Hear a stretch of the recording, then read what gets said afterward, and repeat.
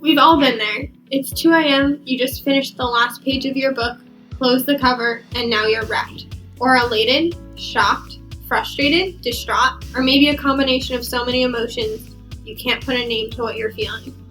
But there's an ache in your chest, and all you want to do is turn to someone who knows what you just went through, who you can talk about that favorite scene with, swap theories about the sequel, gush over the hottie your main character landed.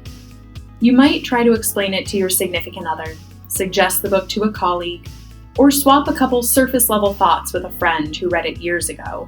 But there's no one who truly gets it. No one who will tear each moment apart with you, put it all back together, and start the next great read by your side.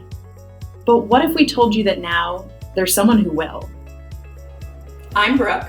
I'm Jamie. I'm Elena. And we're the High Ladies of the Book Court. Let's read your next favorite book together.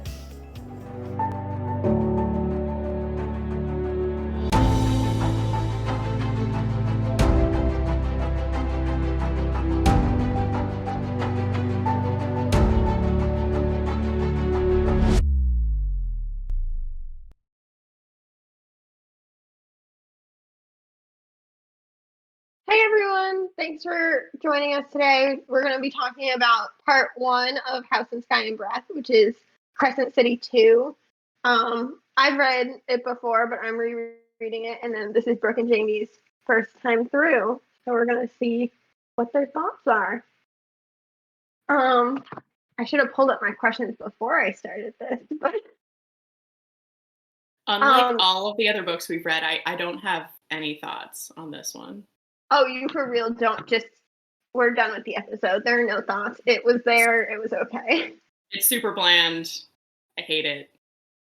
I'm totally kidding. I have a lot of thoughts. This is a great book. We could start with the prologue, or Elena, what did you have in mind? I was just going to say, should we start with like general thoughts and impressions? We can start with the prologue too. I don't know. Guys, no one should have put me in charge.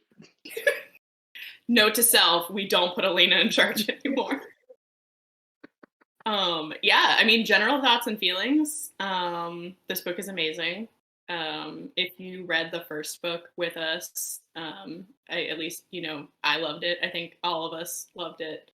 I was worried that this book was going to be mostly about Rune, which I wasn't as excited about as I thought I was going to be, because I wanted a lot more Hunt and Bryce content, which there is. Yay!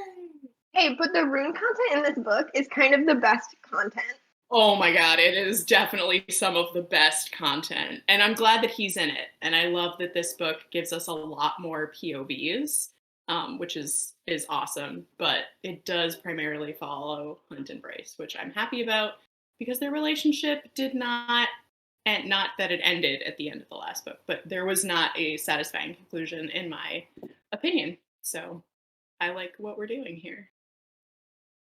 Yeah, I'm liking it so far, and I like that their group is expanding. So like it includes Ethan and Therian, and it's so fun to see them interact all together. Yeah, I think I said that to you guys before too, is that it does seem like we've created this really cool group of people that I love. I love their dynamics, all of them together. Yeah, it's definitely a good group. That being said, how did you feel when you started and it wasn't about the group at all? It was just about a random character who you had never interacted with before for a really long time. Like, it's a long prologue. It was a really long prologue. And it was hard to get through because of that. It was long, it was about nobody we knew, and all I wanted to do was get to, is this about Hunt and Bryce? And I wouldn't allow myself to look forward. But the prologue was good. I mean, I really liked it, and I think it gave a lot of really great context for what's happening in Pangaea, right? Like the other continent where all of the rebellion's going on, and sets us up really nicely for this book. I might be one of the few that actually enjoy the prologue. I know someone else who didn't. And or because she also wanted to like get back to Crescent City and see what our favorite couple are up to. But in the prologue, yeah, I really like that we got introduced to someone who seems very powerful. And so like getting to know them and their powers and what's going on in Pangeria. Because it's been mentioned multiple times in the first book, but we never got to see what's happening over there. Um, and so the prologue was just very emotional to me because it just feels so real because it's like a battlefield almost. Like this is real, this is happening. Like they're slaves and people being in prison, like they're in their kids too. And Yeah. I love Sophie. and Yeah. and Agent Silverbow. Agent Silverbow. Um, Yeah, I thought it was cool because throughout the whole first book, you're sort of in this like, you're in this city where they keep referring to this rebellion and this war and how people are dying and things are exploding and it's awful, but none of that's happening where we're at in Crescent City. It's sort of like the off stage, we're seeing it on the news kind of thing, which I think we've all kind of experienced a little bit in our lifetime as well. So it was interesting to be dropped into what's actually happening over there and be like, okay, yeah, this is real and I feel for these people. Let's help. that makes sense. Yeah, I will say, I think the first time I read this book, I was like, what? Who is this? I don't know. Like, I just want Hunt and Bryce. But reading it the second time, it is definitely more impactful, I think. Just like, Because you like know stuff and things from later in the no, book? not, no, No. no, no, no. You don't know anything. It really doesn't impact the book at all. But it is interesting just like seeing little snippets and being like, oh, interesting. But not at all because it relates to the rest. Definitely not. It's not at all because you're looking at Agent Silverbow and you're like, He's Cormac. Gross. I still can't believe it. I can't believe it. do you still hate Cormac after all of this? I don't. I just like I still can't believe because the first time we meet Cormac, he just gave off very completely different vibes. Like I did not know that they were the same person. Like I fell in love with Agent Silverbow because of his love for Sophie, that he was willing to risk his job and his life to help save her and her mission to save her brother. And I just love that. And then we meet Cormac and he's just like a dead fish. Like Such dead fish vibes. yeah.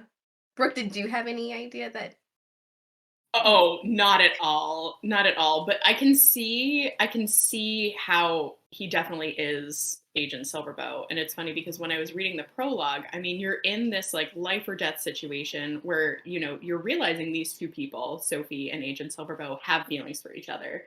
But that like one or both of them could die. And like they both realize that in the situation. Like we might not make it out of here. And I kept being like, should you guys be a little more like warm toward each other? Like maybe a little more like, I love you. Like, I hope we make it out of this. Let's like have babies and have a future. But he was still like a little cold for me. And then when I found out he was Cormac, I was like, this all makes sense. The dead fish. That's the only way he can show love is by being like, I hope you don't die. Like, yep, they're definitely the same person. I think there was like little moments in the prologue where like he touches her to show that like he's there for her, and they also mentioned his power, but we didn't know like okay there was something that says like he could have like grabbed her somehow, but then he's all the way on the boat, she's all the way on like land, like how is that possible? But we never got to see that because he got injured with the Gorison bullet. Yeah, Gorsian, Which I like think it is. nullifies their powers. But now it makes sense where we are in part one. What his Can powers teleport. and teleport. Like, oh, that's what he can do. But even then, like, they still didn't like Sarah never like physically described them like Agent Silverbow until we see Cormac. So it's like I don't know, like I just never pictured them as the same person. So when it just came as a shock to me. Like I hated Cormac because like he was gonna be the person in between Hunt and Bryce's relationship, and I was like, no. This cannot happen. Hell no. Get out of here, dead fish. You guys both hated him so much, like right off. And I mean, it's set up that way, right? Where you're like, oh, this is an unlikable character. He's like so misogynistic and Ugh. just entitled. But like, it's just an act. Where have we seen that before? It is an act, I think. I think in most part it is an act. The thing that always sticks with me is when he was telling Bryce how they were gonna get married, and like after they had a kid, that they could both like basically fuck around with other people. And I was like, this is my least favorite type of person, and I'm sad. And my hope is just that that isn't who he is at all, because I really like Sophie, and I want him to be good to her if they can end up together. I really don't think he would do that to Sophie. I think hope- what he said was just an act. I feel like it would be something their fathers would say. Yeah. And it's so And I mean, very like they like. Yeah, and he does say, I forget who he's talking to at the time, that he like was going to try to find a way to be with her, even though he realizes True. that He was talking he to her. really, yeah, he was like, I really can't, like, as the prince of the Avalon Fae, like I can't really marry a half human, but like I was going to try to figure it out. And I'm like, please do, because she's definitely still alive. She's gotta be She's still alive. So Yeah. you guys are convinced that she's still alive? 100%. I Yeah. have no reservations. Why? Because Well- Therian found that the bonds were broken into. Like she unlocked them herself. It wasn't like she disintegrated or something. Otherwise, like the locks will still be intact or something. But like she unlocked them. So you think she unlocked them herself? Are you suggesting someone else did? She or someone else. Either way, she's still alive. She got out. Yeah, I think that there would be a sign if she had been like eaten by something, because that was the other theory that Therian posed. Like maybe she got eaten by one of the monsters that's in the ocean. But I think like there would have been something left over. But I think it was very clear that she either got herself out or someone got her out. Okay, but like I feel like right now there's like 4 different people after her body, like just her Yeah. body. Like Therian, if she had still been there, would have unlocked her himself and taken her body. So like, isn't that also an option? Maybe. I think he did it like behind the scenes or something. Not Therian, just someone hypothetically could have wanted her not alive body. I still think she's alive.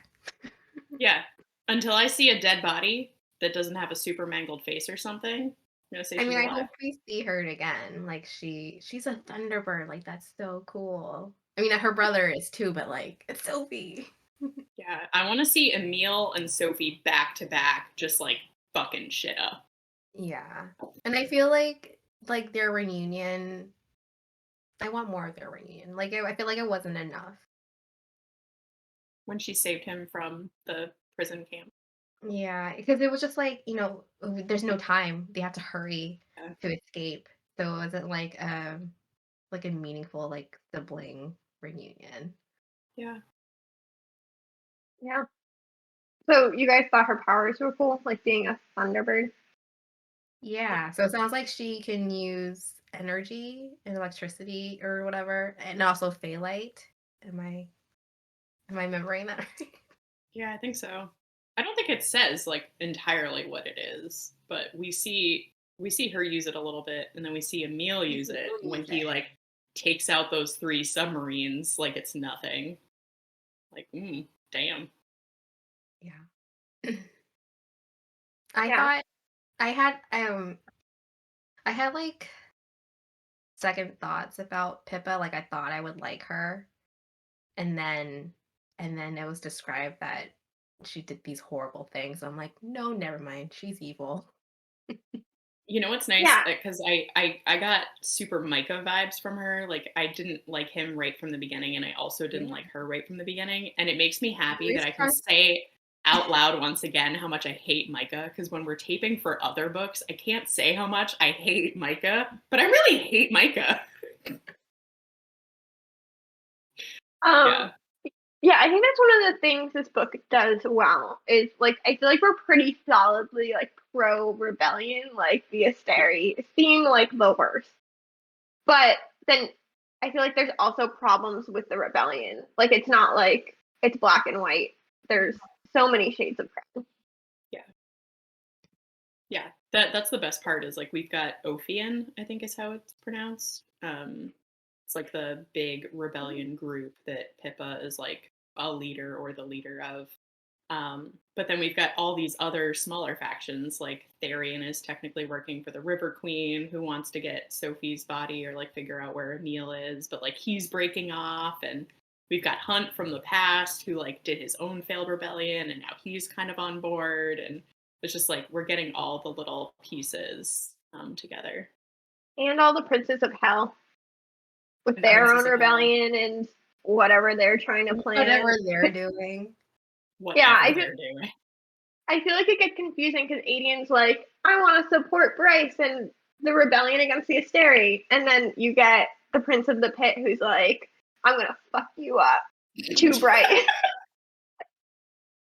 Wait, what is, because I know Apollyon is the Prince of the Pit. Like, nobody ever says his name out loud, so we just learned it. Mm-hmm. What's the name of the other prince? Adis? Adis. I said Adion. Oh my god, because I was like, that's another book. Oh my god, when I was writing my notes earlier, I literally typed it as Adion too, and then I like checked myself and changed it, but good to know. If anybody wants to learn about Adion, come join us in Throne of Glass. So they're all the princes are gonna have A names, right? Is that where we're going with this?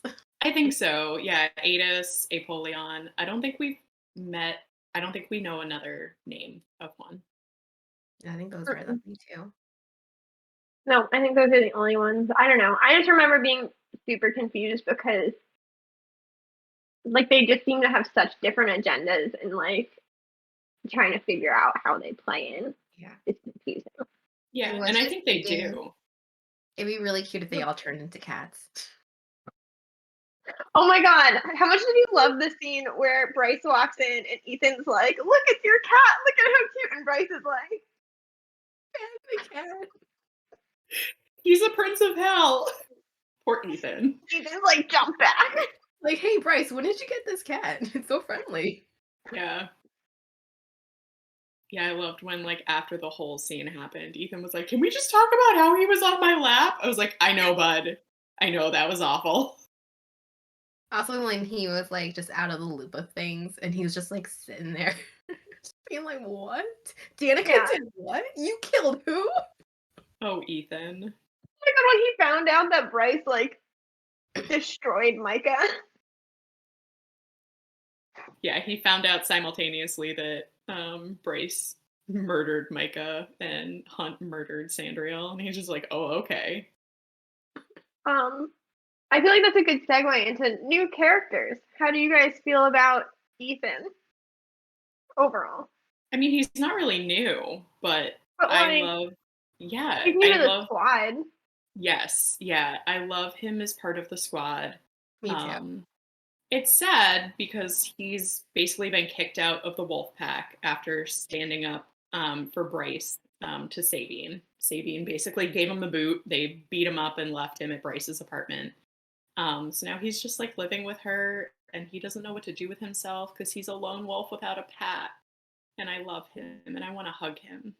I just want him to be happy. I remember in the first book, you guys were like talking trash about Ethan because Ethan's being a trash person at that point, and I was just like, "No, guys, Ethan." And you were like, "What?" And I was like, oh, "No, that's not my reaction. Ew, we hate Ethan. Yeah, I don't love him." Only in that moment did we hate him, and then he redeemed himself at the end. He's a cute little marshmallow who's secretly been in love with Bryce this whole time, probably. Yeah, And I mean, you guys know that I thought the two of them were going to end up together, like from the very beginning. And then I was bummed when that didn't happen. I mean, like bummed right up until she and Hunt had their first scene. And I was like, just kidding. I'm not in pain anymore. This is fine. But yeah, it was interesting when there was that one line that was like, oh, he definitely has feelings for you and like has for a really long time. And I was just like, wow, like the levels that this poor boy has gone through being like in love with someone who he thought was supposed to be with his brother, who then he thought like was instrumental in killing his brother and his best friend. And I'm just like, oh my goodness, Ethan, you need a therapist. Like, please get a therapist. Yeah. So much. Yeah. I know, like, and he got his cute bed sharing scene with Bryce. It's nice. He had a cute sleepover. I liked when he played with the sword, the Danica's sword. Really cute. He broke the coffee table.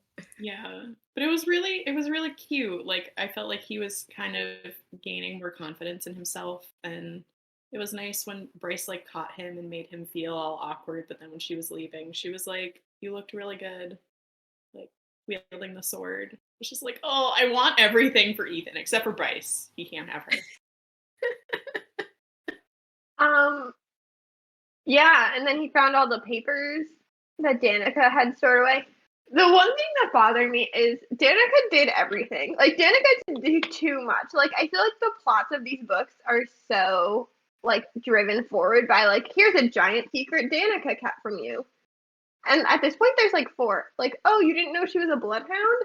Oh, you didn't know she was looking into this weird thing? Oh, you didn't know she was looking into this other big important thing? I don't know. It just felt like it's hard because they were supposed to be best friends and there were just so many secrets. So many. Yeah. Oh, like I'm gonna tattoo this horn on you. More to not come. tell you about it. Yeah, I think I get it. Like I get that if Danica was unraveling all of this very like top secret information, like obviously she couldn't tell Bryce, and obviously she didn't think she was going to die. So I think she probably had a plan to like figure it out and then like bring Bryce in. But I really like that it keeps being like Danica, that like there's a part of her that is wrapped up in all of this, because when she died, I felt so crushed. I was like, this character is amazing. And I want to have her on the journey. And she still kind of is, which is really nice. Like, I like seeing what a badass she was through all of this stuff that we're finding out about her. If anything, it kind of, even though she did keep secrets, all these new revelations kind of make you like her even more. Yeah. Yeah, I agree. I have thoughts, but I will not share. I think you guys know I'm a sucker for the rebellion plot. So I'm always like pro rebellion, and I just think that it's cool that she had this place of power where she definitely didn't need to muddy the waters. Like she was the heir to basically the whole wolf kingdom, and she could have just like done that, but instead she was fighting for everybody to have the same rights and to get rid of the Asteri holograms that I'm pretty sure are where we're going with this. Are you dead set on the Asteria holograms theory? I'm not dead set, but it's my best theory right now. I don't think they're real. Or there's like one of them that's real and the rest are holograms. Interesting. I'm just not going to address that right now. We're not ready to talk holograms. We're not ready for holograms. Okay, continuing kind of to talk about new characters. How did you guys feel about the new Triari members that Hunk gets to work with? Pollux and Baxian. I think we already didn't like Pollux from the first book. And Baxian is new, right? At least to this book. Mm-hmm. I think he's mentioned like once in the previous book, like once or twice, very briefly. Yeah. I think he could be redeemed. Yeah. This is the first redemption plot I'm actually on board for. Like, I see it happening. Like, oh, you were just evil because you had to be. Okay. Yeah. And I think he mentioned that to Hunt too. Yeah. They've had a lot of really good heart-to-hearts. Like, you kind of get the idea that, like, he was part of Sandriel's triari, and there were a set of rules and who he had to be, and it was just a different place. And obviously, like, that doesn't make him not a bad person. But again, that's what a redemption arc is for, right? Like, he's now in a situation where he doesn't have to be that person. So now can he choose to be better? And I mean, I think that if we had seen Hunt when he was under Sandriel's power, we probably would have said he was an awful person too. Like, the things that we've heard that he did, if you looked at that in a vacuum, like, you would be anti-Hunt as well. So I just don't know if I trust your opinions right now, because I think you also said that you could see a redemption arc for the Hind who murdered Sophie. she seems more like inherently evil, but I think what I said when we were chatting about it before this is that I haven't seen enough of her. Like, the only scene we've actually seen her doing stuff and saying things is in the prologue. And I mean, like, she was doing her job. She was getting rid of the rebel girl. And, like, do I love that she stuck her feet in concrete and shackled her and threw her into the ocean? Like, no. But also, like, that was her job. So I would be interested. Wasn't her nickname like Spybreaker or something? Because that's what Yeah. That's her role, is to, like, take down the rebellion, basically. So I'd be interested to see another scene with her, just to, like, get an idea of, like, what her vibe is. Also, I think she's coming. Sorry, Jamie. Yeah.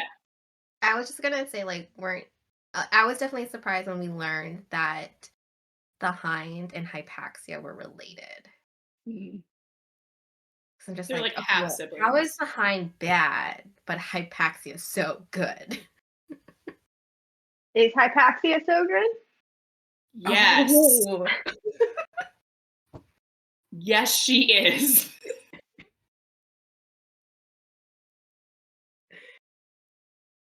Hypaxia is Yeah. amazing. Isn't it like they have different? I remember the Autumn King, or was it Cormac describing their family, like they have different fathers. Hypaxia and the Hind have different fathers, but the same mother. Yeah, So, and were raised separately. Like, the Hind was raised with her father's people, and then Hypaxia was raised to become queen of the witches. And Hypaxia's dad was a necromancer, so watch out for that. Hypaxia's got some necromancy. Which doesn't seem like a great person trait. Am I the only person that really likes necromancy? Is it just me? Is it just like raising people from the dead? Yeah. Oh, I Yeah. wonder how that will play out. Oh, damn. Did you just thought of it? Probably Yeah. doesn't play in at all. Can't Definitely imagine not. it's relevant. Elena's just gonna like shut this down. We learned one of our main side characters has the power to raise people from the dead. Okay. Cool. And we know a lot of people that are dead. We do know at least a few people that are dead. Mm-hmm. Like Two of which fire sprite. He's still alive, so that doesn't count.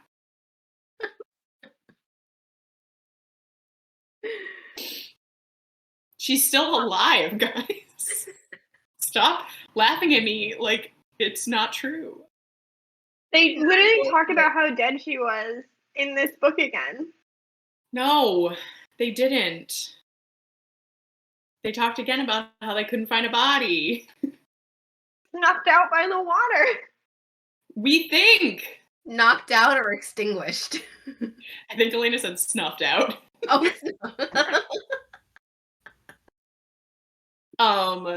Is now the time that we talk about Rune's new girlfriend? I love his new girlfriend. Since Yeah. the minute that Rune contacted Daybreak, which is his new role as mind-speaking liaison to the rebellion. And I love his she little showed new up as job like role. what, Jamie? He said I love his new little job role. Yeah, when he like walked across his mind bridge and found Daybreak, and Daybreak is like this big fire being. I was like, does this have anything to do with Leheba? And I don't know yet. I don't know, because I've got another theory about who this person might be, both of which I'd be equally okay with. What's your other Do theory? tell. Do tell. Well, Because I think did get a little like lava vibes, but it was only from like the fire. yeah, that was the only thing, and that's why I think that might be a bit of a stretch. But like Leheba talked about like how her powerful ancestors and stuff, so I was like, it's a possibility. But I think more likely Daybreak is Hypaxia. And I think it's in the it's in the second time where he needs Daybreak, right at the end of this part, where he gets knocked unconscious by the Reaper, and Daybreak contacts him via their mind link to try to get him to wake up so that he doesn't get dead. And he realizes that he recognizes her voice and he recognizes her scent, which I'm pretty sure the only scent profile we've gotten through Rune's point of view so far is Hypaxia. And I loved when she was like, no, you've never met me and I've never met you. And he was like, how do you know that if you don't know who I am? And I was just like, this is cute. Interesting. Good catches. So you think they're the same person? I think that she's Hypaxia. Because I think it would be too, because they kind of surmised that Daybreak might be an Asteri or like be very close to the Asteri to have the information that they do. And I'll say they, but it seems like she is a she. But I think it'd be too I don't think that it's actually a Asteri, so I think it's someone close to them. And Hypaxia does have a lot of clout, so she just might have information that we don't really realize that she has access to yet. Mm-hmm. But yeah, it seems suspicious that Rune definitely knows her subconsciously. Somehow, yeah. I was gonna say, like, damn, Hypaxia has a lot going on. She's like queen, she's a med witch. Now she's like Agent Daybreak. Either way, I'm throwing in my lot with Daybreak. I think she's Hypaxia, but I think by and large, this is the person that Rune ends up with. And I really liked when she somehow connected with him without him holding the crystal to contact her to try to save him. And I really was like, that. This is what mates do. They have mind bridges. I love that. I like that she gives he could not think of a code name for himself.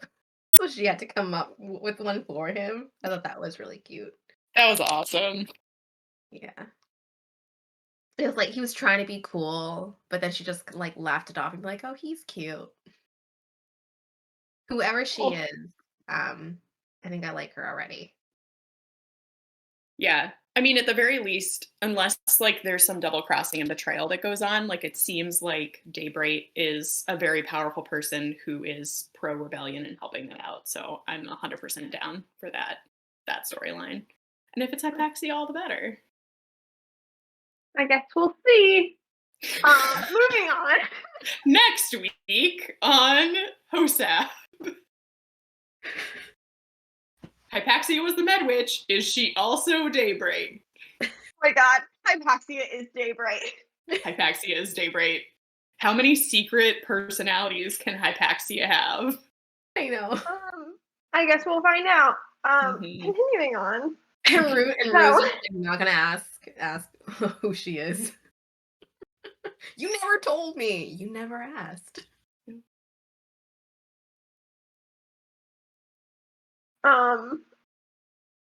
Okay. What else is on my list? So I think one of the other characters that we haven't talked about yet is the new Archangel, Celestina. Oh, yeah. Celestina. Who seems better than Micah, who I'm sure Brooke would be willing to tell us how much she hates. Very bad. Micah bad. 10 out of 10 would not suggest as Archangel of Crescent City. Okay, so how does Celestina seem as Archangel in Crescent City so far? I'm still nervous. And I Are you feel like just nervous? We have No, go. trust issues with her. I just have trust issues with archangels in general. Like, he was assigned by the Asteri, who I definitely don't trust. Like, you will never be able to convince me otherwise about them. So I'm worried because obviously the Asteri want to keep a close eye on Hunt and Bryce. So my thought right off the bat is like, they're obviously not going to place someone who's nice to like be in charge of them. So I'm worried. And she Yeah. keeps doing things that make me feel like I shouldn't be worried, but I'm still worried. Yeah, like it's almost too good to be true. But you just can't help being hesitant because she was hired by the Steri. Right. And But I now do she like has a. her. I do like Oh, her sorry. managerial skills. It's Yeah. another forced fiance that could work out. No. Oh, it This didn't seem one's like she was into that at all. Ephraim no. was it, right? The The other frame. Yeah. archangel. Yeah. Super gross. Don't like, really hope that doesn't happen. But yeah, I don't like it. Yeah. A It scary it bad. also seems like there's nothing else she could do. Like she has to do it. Yeah. She's not gonna like it, but she has to, which is really sad. As long as the Asteria are in power, she has to. Mm-hmm. But I'm can just saying. holograms be in power? They are right now. When But it's controlled if by everyone one. if everyone realizes they're holograms, just saying. Yeah, I didn't love that. The announcement that she was basically getting forced to marry another archangel because the Asteri decided that they need to make more archangels because they're down two. I don't love that. But yeah, Celestina seems cool. Like, she's obviously against marrying Ephraim, but is going to do it because she has to. Mm-hmm. She tells him that she was really good friends with Shahar, and tried to buy him multiple times from Sandriel, but kept getting shut down, and then like had to give up in order to, not have something awful happen to her. So she seems cool and like we could trust her. And Hunt has that moment where he thinks about telling her about the rebellion stuff that's going on and doesn't. And I can't tell yet if I think he should or not. I feel like he shouldn't because like the way he was going to tell her was like as a narc. Like he was gonna be like, Right. my friends are doing this thing they shouldn't do. Stop them, but keep me and Bryce safe. Yeah. Which I'm definitely not okay with. That's like the thing that worries me the most about Hunt is like I know that his heart's in the right place. Like obviously he understands that the Asteria are awful and they need to be gotten rid of. But like his PTSD from what happened in his past is making him nervous about what all of this could do to him, but mostly to Bryce. Yeah, he is very worried about Bray. Um, which makes sense. I don't know. How do you feel about how their relationship has morphed? I know people weren't super excited that they decided to wait until the winter solstice to do anything. It did hurt a little bit. I can kind of see why they decided to wait, or at least Bryce wanted to wait because they'd never had really a good chance to like try dating and taking things slow. Like everything happened so quickly in the first book. They didn't really get to know each other personally. But their moments were really cute in this book, like at the ballet. Um, and then we finally got to that alley scene, which was really nice. Yeah, I think it was a really cute plan. And I think that it was good for them to sort of like take physical stuff out of the equation and like really spend time with each other. And like they talk about the cute stuff that they would do, like, just chatting about their lives, watching the stars. I was like, this is really sweet. But yeah, I'm glad that they were both like, no more winter solstice waiting. I was like, yes! Yes. Ethan! That was the best part of that scene, I just have to say, as they're hooking up and they're like, we have to be really quiet. Ethan's in the next room. Just like literally right at the end, just Ethan yelling at them. Love his comment because he's a wolf. He has that hearing. He hears everything, and then he's like, "What did he say?" I don't think that's like medically possible. That's not medically advisable or something. I really laughed out loud. Yeah, I could remind everybody what Hunt said, but I won't. You have to read it. Yeah. But yeah. I think And then Ethan's Hunt first was- comment was like, please have sex louder. I didn't hear everything the first time. Just like, Ethan is my favorite. I love Ethan. Love him. Yeah, and then Hunt was like, we need to find Ethan a new home. Yeah. He needs to move out immediately. Yeah, I think Bryce was like, okay, let's go get a motel tomorrow night, which we haven't gotten to yet, but. Yeah, I'm glad we all love Ethan now, so I don't have to be like, you, Ethan, oh no, they're mowing. You hear them mowing? No, you're good. Yeah, no, we love Ethan now. I don't think Ethan's actually trying to move in on Bryce or will at all try to move in on Bryce. So I trust him, and I think that it's a cute dynamic. I think that like Rune and Hunt have come to really like each other. I think that Ethan and Hunt could have a similar relationship where they're just like guy friends. And Ethan's found his new path, and he doesn't need wolves. He just needs an eclectic group of superheroes. The Scooby-Doo gang. Mm-hmm. He is Scooby. I don't know if do you guys watch Supernatural? Oh, I watched the first season and then I kind of just like fell off. But I know it ran for a really long time. Yeah. I picture Ethan as Sam. Interesting.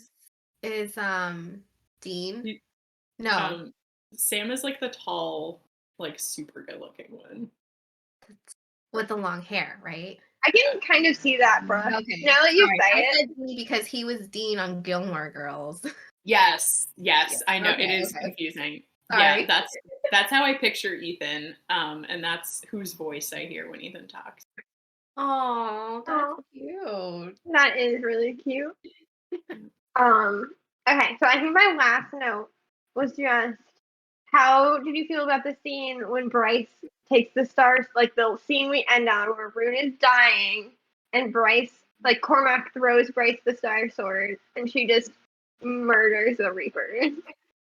So good. Badass. Oh, I love her. I was just thinking about like how through the whole like first book we were like, yeah, definitely just human, certainly doesn't have cool powers, but we were all like, she's gonna have some cool powers. And I was just like, they're getting cooler. Well, I feel like they'll keep getting cooler because Adius makes that comment about like she needs to like learn her powers as if she doesn't know them yet. Yeah. Yeah. Well, and she and Rune were on their way to go train with Cormac to like hone their like star powers when Rune got punched in the face by a Reaper and dragged into the sewer. Like, come on, guy.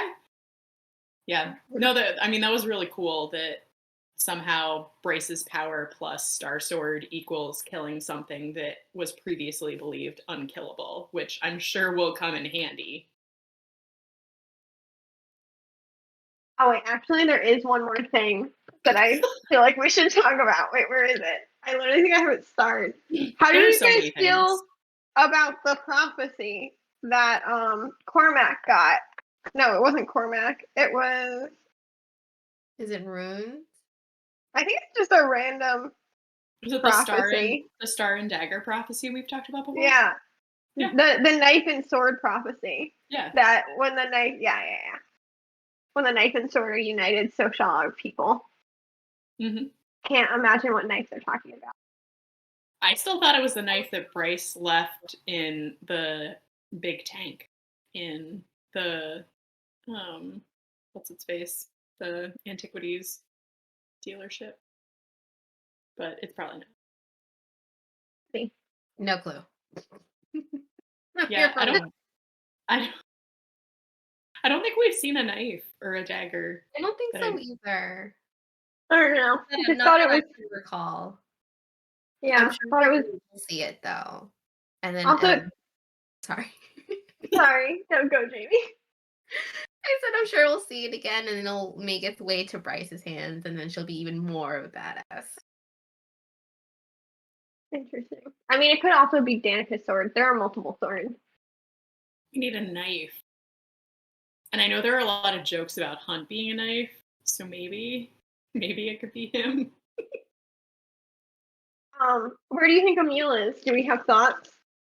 Oh, they think he's hiding somewhere in the bone quarter, right? Is that? Yeah. Yeah. I think it's too obvious. Do you guys think that Tharian will ever get out of his arranged engagement? God, I hope so. With the princess of the River Queen? Or they'll fall in love. TBD. You guys know what I said earlier. Unfortunately, she has a scent profile for Tharian, which we haven't had somebody have a scent profile with somebody else and not end up together. So maybe they work it out. Maybe. Or maybe this is the first, I know what she smells like, but I'm not digging it. I guess we'll find out. Any other thoughts or things that we should cover that I missed before I move into a game? A game? All thoughts that I was trying to go through have now left when you said game. I think we've done it all. Let's do a game. I think you're gonna hate this game. Okay. Uh-oh. If Hunt were to die, who would you rather Bryce end up with? Ethan or Cormac? Ethan. Why are we even entertaining this as a possibility? Guys! I don't like that Hunt dies. No! Hunt doesn't die! But if he had to. He's not going to!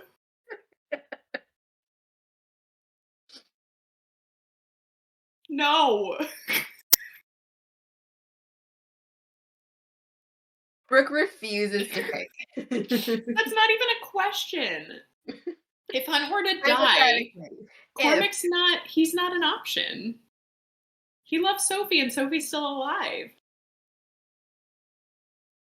Yeah. Okay, so Interesting. Hunt doesn't die, and Hunt and Bryce are going to live happily ever after. But let's assume in a world in which Hunt was never born, it would be Ethan, because that's who I wanted her to end up with from, page 5. Okay, I see the logic. If you lived in Crescent City, would you rather live in Bryce's apartment or Tharian's underwater headquarters? Oh, Bryce's apartment. Bryce's apartment. Yeah, I couldn't think of another place that was cool enough to compete with Bryce's apartment. I sat thinking about it for a while and it just came up empty. Bryce's new apartment or Bryce's old apartment? New apartment. No. It was just between those two. There's also Rune's apartment, but it just seems very bachelor. Oh, it's such a frat house. It's such a frat house. They have a pool have table. So sticky. Yeah. As the dining room table, I think. Yeah. Would you rather watch Rune be knifed in the back by the Autumn King or Hunt drowned by the river?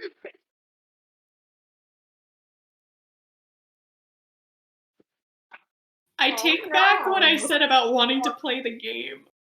This is not a fun game.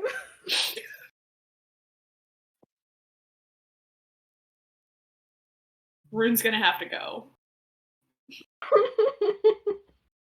You'd rather be murdered by his own father? Yeah. If I had to watch one, Wait, yeah. You didn't say that Rune would die. So No.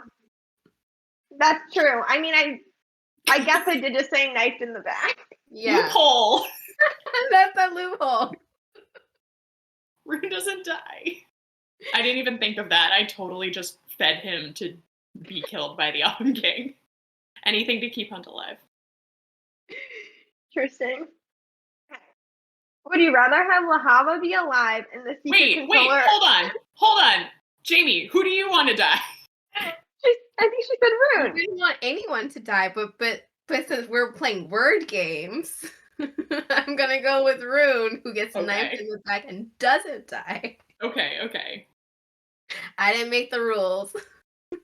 Sorry, Elena, continue about something about Leheba. It's okay, I just made the rules bad. I need to think better about my questions next time. Would you rather have Lahaba be alive and the secret controller of the Asteri hologram, or have Sophie turn out to have been Hypaxia's rebel persona?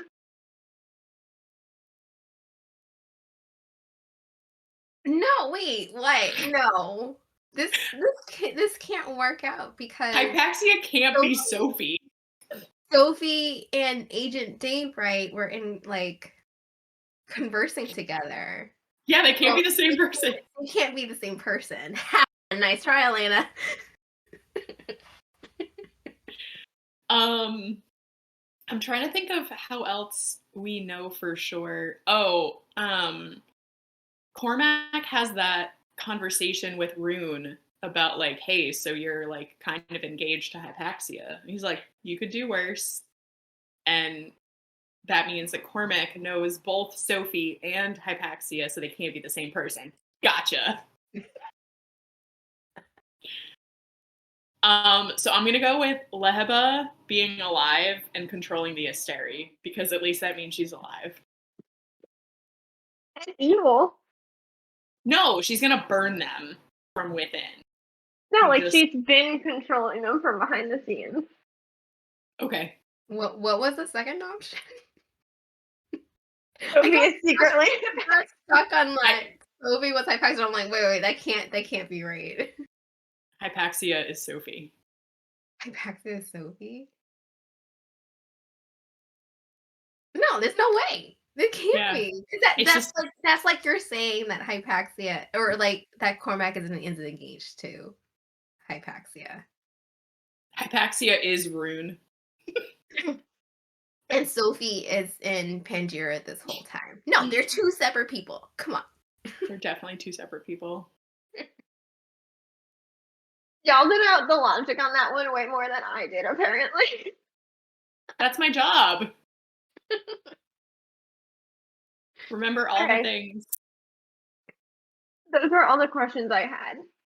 I'll come up with more. I'll come up with better ones next time. Oh, goodness. Okay. I think I look forward to it. How we were so excited for these games, and then we hear the questions, and we're just heartbroken. And then they were sad. I'm so worried about all the characters in this book. Look at how many pages there are left. Does that mean there are going to be more character deaths? There's got to be at least one in here. At least one. Elena, what was that side eye you just gave?